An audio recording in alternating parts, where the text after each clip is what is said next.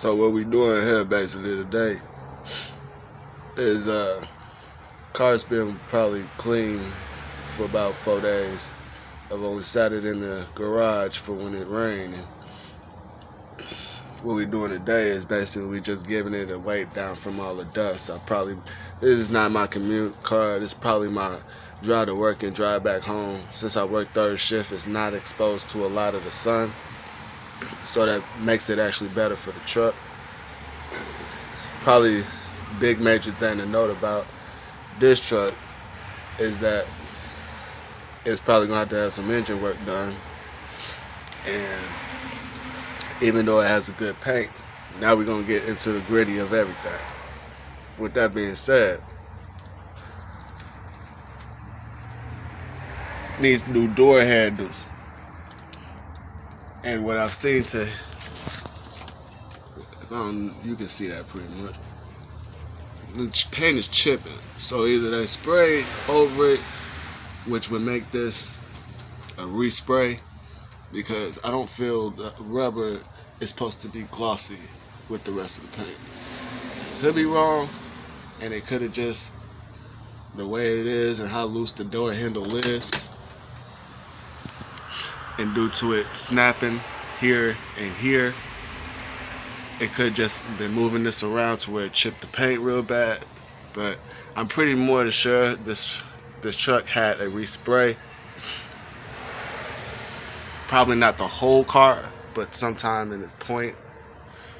But this door handle is going to definitely have to be replaced. I don't want to go chrome. I want to go black if I can find it again. Probably have to go to a junkyard, see if I can find one that's reasonable, that I can clean up, make it look new. All these door handles have it on the edges along the lines. Not only that, but door squeaks. So we're gonna probably be getting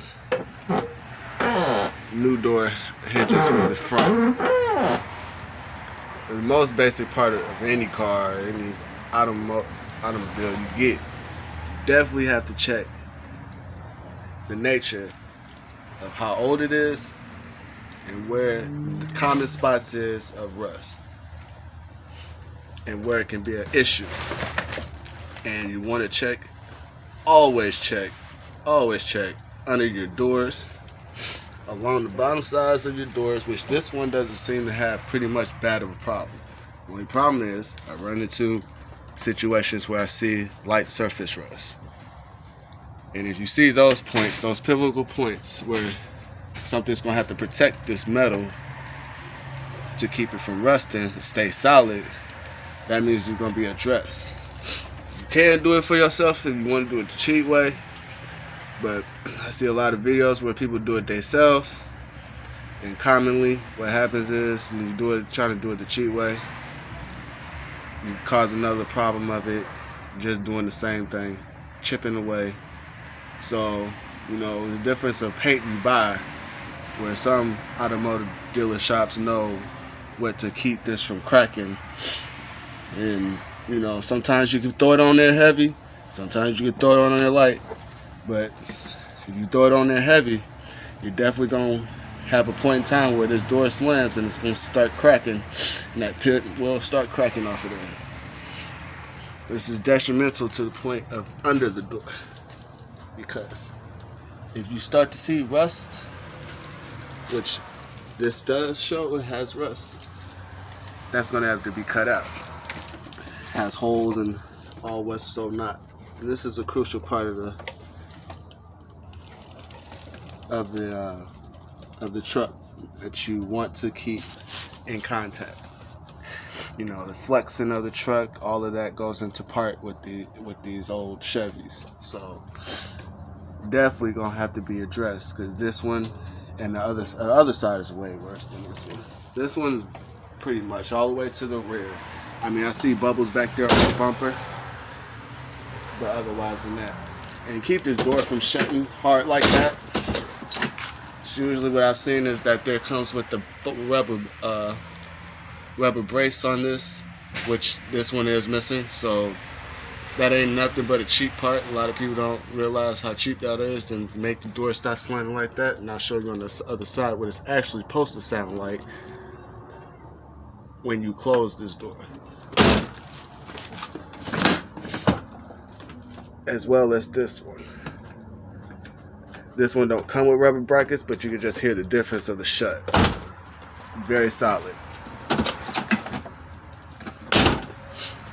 Also, kind of known part with this truck, these trucks in general, door latch handle snapping.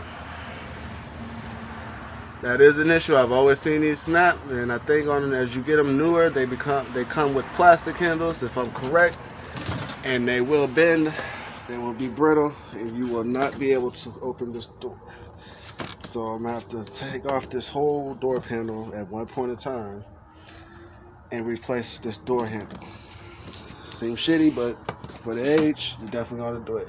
And what's crazy is this door handle actually was gray, which means it was a replacement one, and it just snapped off. So, or this actually may have been metal, the original one, and it snapped off. All the other ones in here are plastic. So, definitely going to get that taken care of.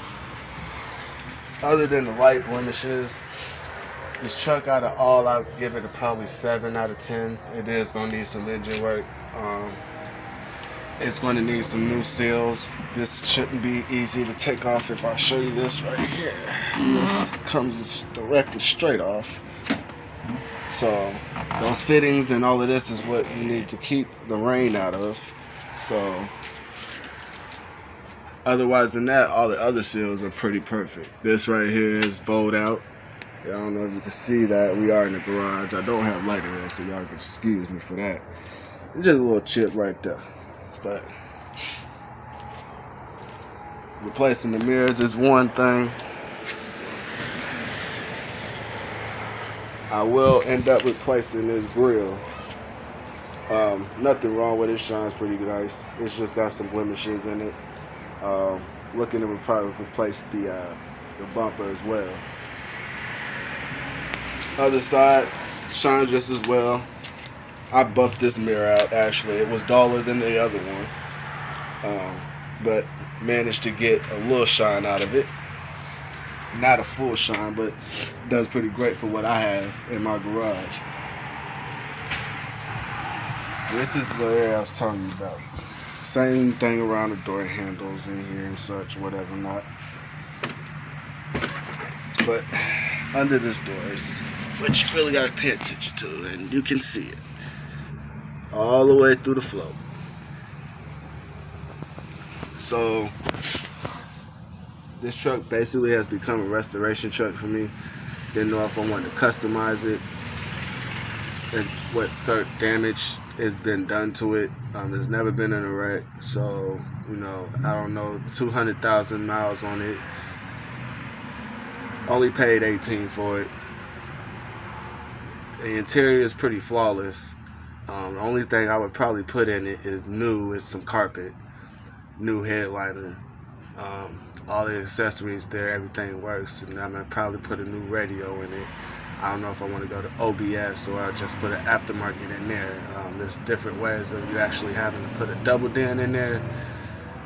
But from what I've seen, that you pretty much have to make sure that you buy the pieces that go with the double din, which would include me getting another trim piece for the dashboard. So, with all of that being said, I mean, it doesn't work, truthfully. But that's pretty easy. That's the easy part.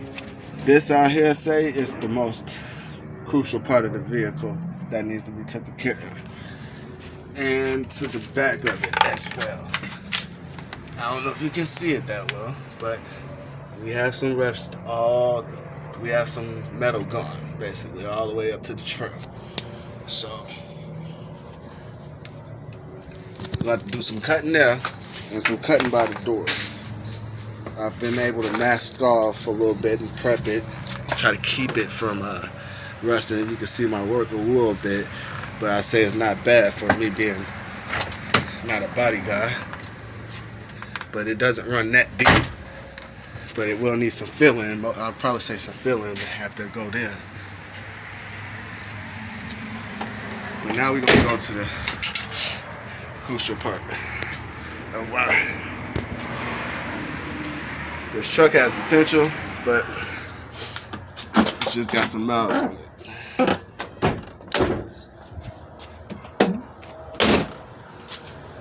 This truck has a Vortec engine, which everybody knows is pretty sound. But one of the things about this engine is it's probably sat for so long, and due to me driving on the highway, I pretty much knocked something loose within the engine itself. Probably gonna need some new springs in it. I don't know about pretty much trying to take the engine out. I think a rebuild would be nice, just to say I have 200,000 miles on it, still running, and for the condition it's in. I mean, when everything works on this truck, I mean, like, I got it unplugged now, but pretty much this truck works. Never had an issue with it. Starts on the first try, literally. See if I can, I don't know, have to wait for that later. But there is going to be big plans for this truck. I'm going to probably have to replace the brake booster. I don't want to put too much aftermarket shit in here. These trucks is becoming rare, so I probably keep a bone stock. But yeah, that's what I'm pretty much working with. So y'all give me any kind of intel on what you know about these trucks, man, because I'm willing to make this truck look right again, for real. And it's my first Tahoe. So, and I gotta set up dual batteries. I did see that in another video somebody had posted about having dual batteries on here, which you can run. You just gotta make sure you're doing it the right way so that you don't fuck up nothing electronically in the system. So, I'm looking forward to doing that too. But other than that, man, hit me up.